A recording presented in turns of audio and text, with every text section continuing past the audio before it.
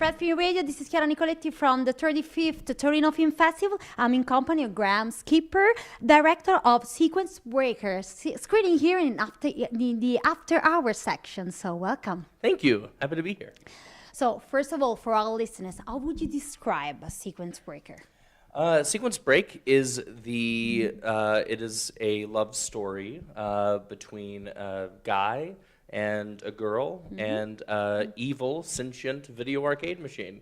It's a Cronenbergian love story that involves lots of slime, lots of bodily mutations and hallucinations, and body horror. So if you like those things, then you'll like my movie. Yeah, that's why I went to watch it, I have to say. So that was the first thing. Okay, arcade, okay, video games, okay, let's go. Why an analogic film then? Why this 80s atmosphere, and are you an antique as also your protagonist?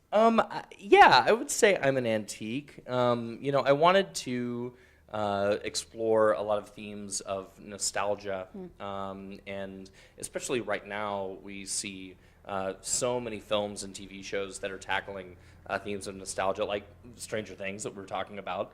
And I think that to spoiler for you. And, yes, do not spoil it. And I think that a lot of the reason for that is because the people that are making cinema right now grew up during that time, and so we love it.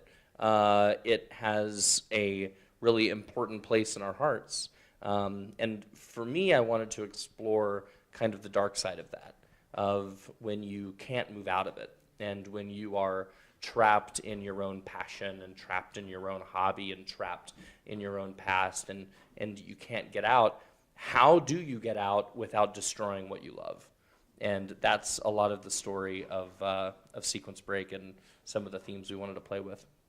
Actually, so let's see if I got some metaphors right. I mean, in the film, the higher purpose is to break the sequence.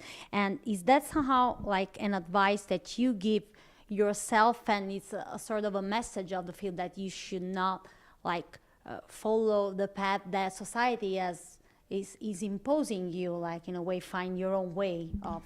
You got it, pretty much. Yeah, I mean, for me, the idea of sequence breaking, which for those that don't know, to sequence break a video game is basically to, through some action or through some hacking of a code, you are able to beat the game prematurely. You're able to jump ahead, like Super Mario running on the top of the bricks, to get to the warp zone, stuff like that.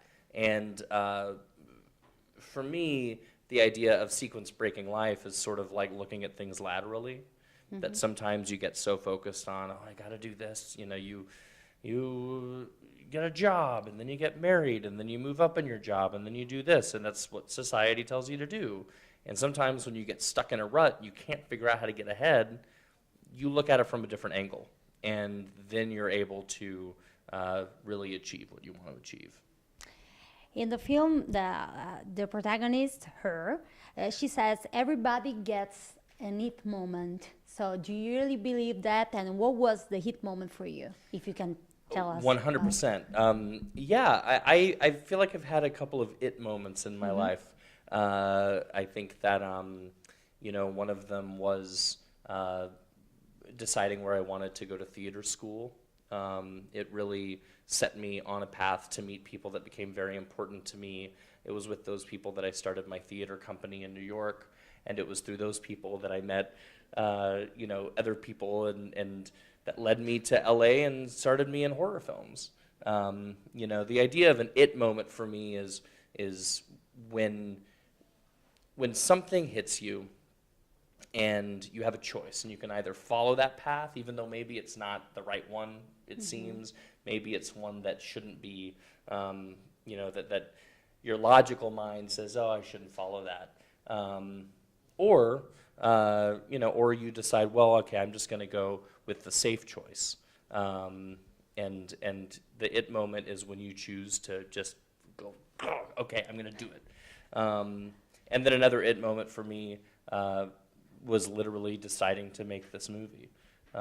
It's a scary prospect to make a feature film. It's very hard, and it's exciting and terrifying and wonderful, and I remember sitting one night, and I was sitting by myself, and I thought, am I going to do this? Am I going to do this?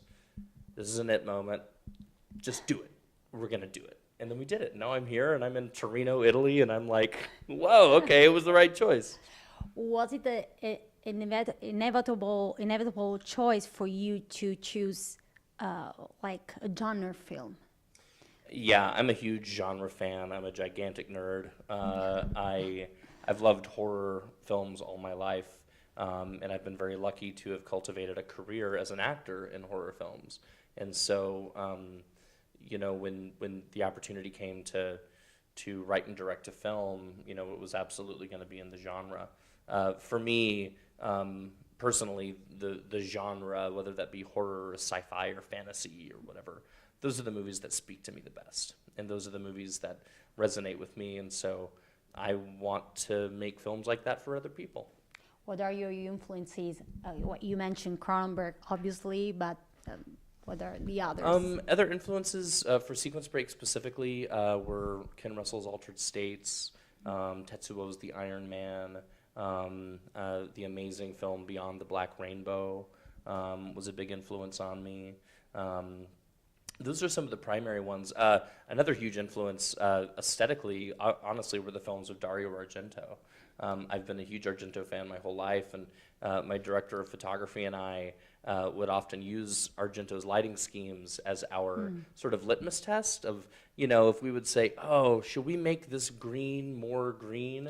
We would say, what would Argento do? He would make this way more green.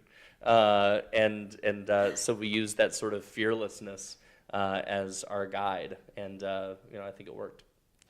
Do you think that this kind of films and like yours and the TV series like Stranger Things are slowly but changing the perception of the nerd world? Oh, like yeah. In a positive sense. Oh, yeah. I mean, I remember when I was a kid and I had a Star Wars T-shirt, it was not a cool thing.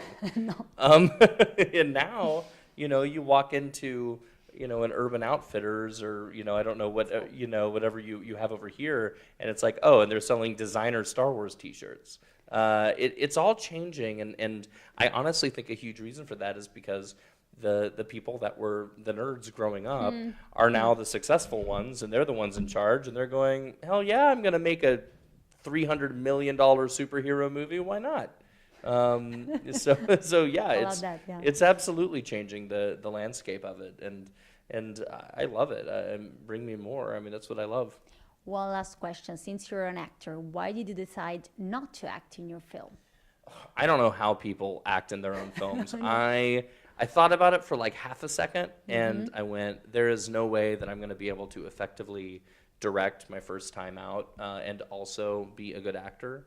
And I'm very fortunate to know Chase Williamson, who is like such an incredible actor and a great friend, and was willing to dive into this with me. Maybe in the future I could figure out a way to direct myself, but this first time out I wanted to give it my best job on all fronts, and so that's why I didn't. Graham, good luck for Sequence Break. Thank you. Here at the After Hours at the 35th Torino Film Festival. This is Chiara Nicoletti for Fred, the Festival Insider.